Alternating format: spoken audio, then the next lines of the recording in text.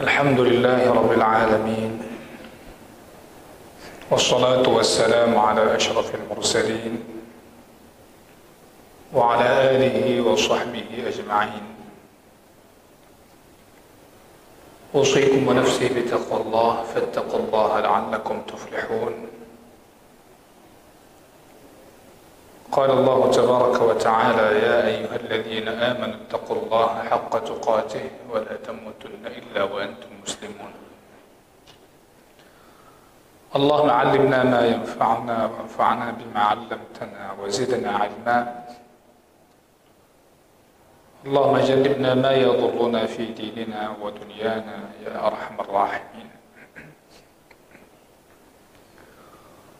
Hadirin jamaah Masjid Baitur Rahman yang saya muliakan,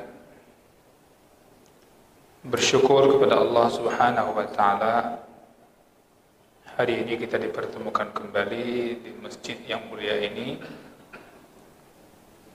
Salat zuhur berjamaah, kemudian kita lanjut dengan i'tikaf sejenak untuk sembari kita mempelajari hadis-hadis Rasulullah sallallahu alaihi wasallam yang telah disusun oleh Abu Zakaria Yahya bin Sharaf An-Nawawi Al-Dimashqi Al-Syafi'i rahimahullah ta'ala.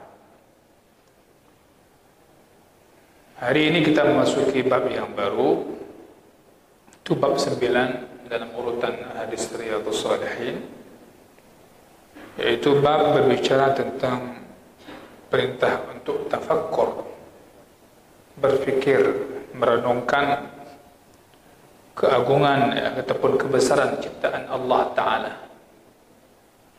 merenungkan akan fananya dunia ini, merenungkan akan dahsyatnya keadaan hari akhirat nantinya dan segala urusan yang berkaitan dengannya, merenungkan akan kekurangan diri kita dengan usaha untuk senantiasa kita mendidiknya dan kita bawa untuk istiqamah.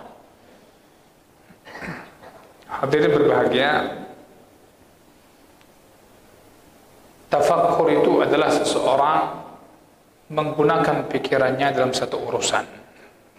Dia memikirkan, mengerjakan pikirannya untuk merenungkan sesuatu hal sehingga sampai kepada satu hasil, natijah, hingga sampai kepada sebuah hasil kesimpulan. Itulah namanya merenung ataupun berpikir. Allah Subhanahu wa ta'ala memerintahkan kita untuk bertafakkur.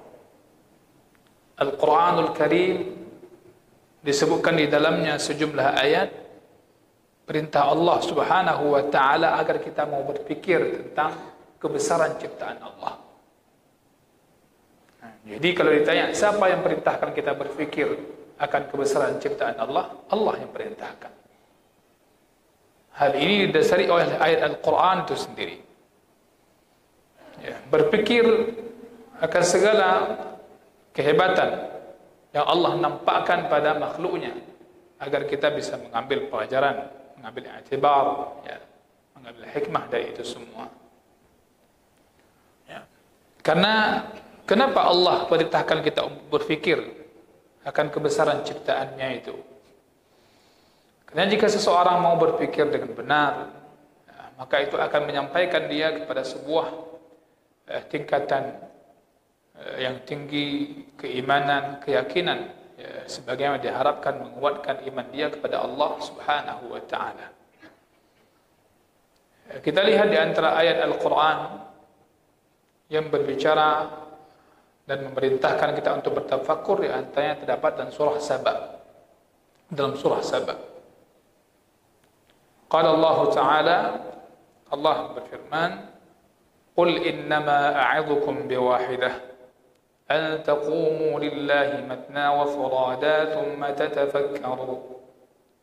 Imam Nawawi menyentumkan sampai ayat tersebut karena ada perintah di situ untuk bertafakkur. Lengkap ayatnya, ma bisahibikum min jinnah in huwa illa nadhirun baina yaday 'adzabin syadid. In huwa illa nadhirun lakum baina yaday 'adzabin syadid. Qul innama a'idhukum biwahidah. Qul ya Muhammad linnas. Katakanlah wahai Muhammad kepada manusia. Katakanlah kepada orang-orang, katakanlah kepada manusia semuanya. Ya, innama a'idhukum biwahidah. Sesungguhnya aku hendak memberikan peringatan kepada kalian satu hal saja. Aku hendak mengingatkan kalian akan satu hal saja. Ma a'idhukum illa biwahidah. Aku tidak memerintahkan kalian kecuali satu hal saja ingin aku ingatkan kalian. Jadi mau'idhah, sebuah nasihat, peringatan. An taqumu lillahi mathna wa furada. Hendaknya kalian itu mencari kebenaran untuk mencapai kebenaran yang akan kalian cari itu. Tercapai apa yang kalian tuntut dan selamat kalian daripada apa yang kalian takuti. An taqumu lillahi mathna wa furada thumma tatafakkaru. Mencari kebenaran baik kalian itu dengan sendiri ataupun berdoa lillah. Hendaknya kamu lakukan itu an taqumu lillah mukhlishina lah, ikhlas karena Allah Subhanahu wa ta'ala. Maka kalian melakukan ketaatan kepada Allah Azza wa Jalla sesuai dengan diperintahkan kepada kalian, yaitu dengan ikhlas. Thumma tatafakkaru. Kemudian setelah itu hendaknya kalian itu bertafakkur, berfikir. Maka jika kalian melakukan itu, maka sungguh kalian telah mengambil mau'idhah itu tadi. Hadirin yang saya muliakan, maknanya diperintahkan di sini untuk memikirkan tentang keadaan Nabi Muhammad sallallahu alaihi wasallam, urusan Nabi Muhammad sallallahu alaihi wasallam. Yang mana orang-orang kafir mengatakan Nabi Muhammad itu gila. Allah mengatakan ma bi sahibikum min jinnah. Muhammad itu tidak gila. Dia datang memberi peringatan kepada kalian sebelum datang azab yang keras. Maka hendaknya kalian mencari kebenaran baik berdua ataupun sendirian. Semuanya itu adalah dengan cara ikhlas karena Allah Subhanahu wa ta'ala sebagaimana kalian diperintahkan. Bukan karena mengikuti hawa nafsu. Bukan karena hawa nafsu, kecondongan terhadap sesuatu hal. Akan tapi hendaknya di sini dilakukan dengan sungguh-sungguh karena Allah Subhanahu wa ta'ala. Hadirin berbahagia, di sini disebutkan ayat ini merupakan isyarat. Hendaknya kita ketika beramal melakukannya karena Allah Subhanahu wa ta'ala. Berfikir, merenungkan apa yang telah kita amalkan tadi. Apa yang telah kita kerjakan tadi. Apakah kita lakukan sebagaimana dituntut, sebagaimana diharapkan, sebagaimana telah ditunjukkan dalam syariat? Atau dalam amalan kita ada yang di situ tidak sempurna, ada yang kurang-kurang, ada yang terabaikan di sebagaimana yang telah diperintahkan, atau kita ada menambahkannya. Ya. Maka juga kita merenungkan, berfikir dari amalan yang telah kita lakukan, apa yang telah didapatkan oleh hati kita. Apakah dengan amalan tersebut hati kita tambah baik? Perubahannya ada enggak? Tambah bersih atau tidak? Ini sebagaimana saya singgung dalam ceramah tarawih beberapa malam yang lalu. Ramadan yang sudah kita lalui ini yang perlu kita pikirkan, apa perubahan hati yang telah kita dapatkan. Al-Quran yang kita baca, qiyamul lail, zikir, doa. Sampai hari ini apa perubahan hati yang telah kita peroleh? Karena la'allakum tattaqun, ketakwaan itu adalah dimulai dari hati yang bagus. Karena Rasulullah sallallahu alaihi wasallam mengatakan at-taqwa hahuna, takwa itu dimulai dari sini. Kalau hati itu sujud, maka anggota badan juga ikut sujud dia. Ya. Kalau hati sombong, membangkang, maka yang lain pun tidak akan ikut sujud, tidak akan tunduk kepada Allah Subhanahu wa ta'ala. Ya, ini mesti kita lihat perjalanan kita dalam beribadah kepada Allah Subhanahu wa ta'ala. Mesti kita berpikir, apakah selama ini kita lakukan karena Allah Azza wa Jalla atau tidak? Kemudian dari ibadah yang kita lakukan, apa perubahan yang telah kita rasakan? Ya, perubahan itu dimulai dari kebersihan hati kita. Jadi jangan sampai kita melakukan amalan sebagaimana orang yang melakukan amal soleh itu seolah-olah hanya kebiasaan saja, rutinitas harian dia. Ya. Setiap hari dia lakukan demikian karena rutinitas dia. Akan tapi bukan sekedar rutinitas kewajiban kita hari-hari, bahkan kita tambah bagaimana kita berfikir terhadap kebiasaan yang kita lakukan hari ini. Salat misalnya dan lain sebagainya. Apa dampak pengaruh bagi hati kita? Apa dampak pengaruh bagi keistiqamahan kita? An taqumu lillah. Kita lihat contoh salat yang saya singgung barusan. Allah tabaraka wa ta'ala mengatakan wasta'inu bis-sabri was-salah.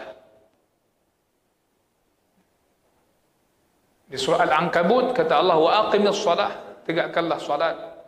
Innas salata tanha 'anil fahsya'i wal munkar. Sesungguhnya salat itu mencegah seseorang dari perbuatan keji dan munkar. Mari kita berfikir di sini. Allah perintahkan kita salat, kita pun salat. Setelah itu kita berpikir, apabila kita salat, apakah menambah kekuatan kita? Ya, menambah semangat kita terhadap amal-amal saleh lainnya. Sehingga salat itu betul menjadi penolong bagi kita terhadap amal saleh yang lainnya. Ya. Lagi di bulan Ramadan kita banyak melakukan salat. Ya. Namun kenyataannya sedikit di kalangan manusia yang mau berpikir terhadap ibadah sendiri yang dia lakukan. Dia ibadah, tapi enggak berpikir terhadap ibadah dia. Dia tidak pernah mengevaluasi diri, memikirkan dirinya, apa yang telah didapatkan dari ibadah yang hari ini dilakukan. Maka di sini kita diperintahkan, perhatikan, pikirkan apa yang telah kamu dapatkan, apa pengaruh dari salatmu dalam kehidupanmu sehari-hari.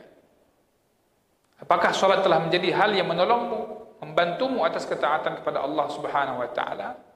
Apakah salat telah membuat kamu lebih tenang ketika kamu dapat musibah, membantumu untuk lebih sabar dan sebagainya. Hadirin berbahagia, maka Nabi SAW seperti yang disebutkan, beliau itu ketika ada masalah, ya, ada satu urusan kegundahan yang beliau rasakan, maka beliau bersegera bergegas menuju salat. Nabi itu ada masalah dengan salat, selesaikan dengan salat. Ada masalah, langsung salat. Bagaimana kita? Ada masalah, salat. Nah, ini balik ini.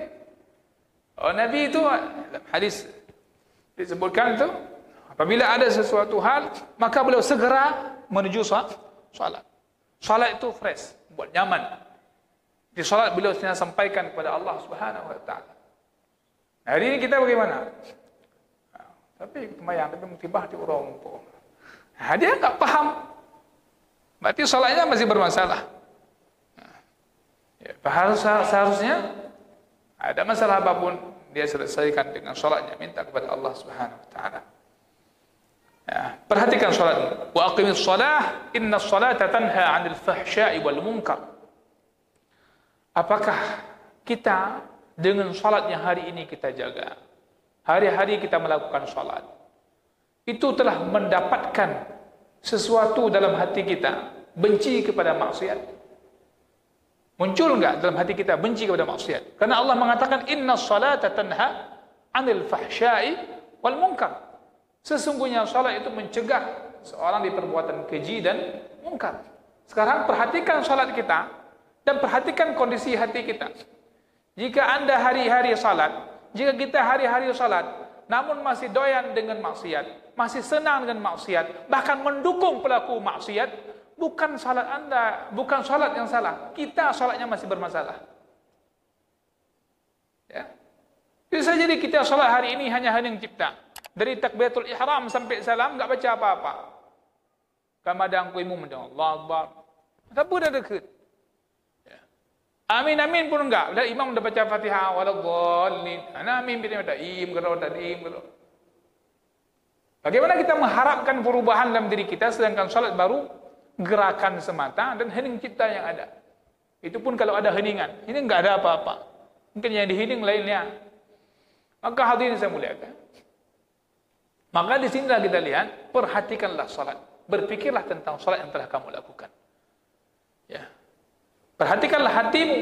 Apakah dengan salat yang kita lakukan hari ini telah membuat hati kita benci kepada maksiat? Benci tidak? Ya. Karena orang munafik juga salat. Dengan kondisi salat orang munafik. Saya sering katakan, bahkan orang munafik itu salat bersama Nabi SAW, yang imamnya Nabi, di masjid Nabi. Orang lain dapat pahala banyak-banyak salat di masjid Nabi. Orang munafik bermajlis dengan Nabi. Tapikah ada perubahan dalam diri mereka? Tidak. Jadi, hadirin yang saya muliakan, apakah kita benci kepada kemungkaran? Ataupun selama ini salat yang kita lakukan belum memberikan faedah kepada kita dalam hal tersebut? Ya.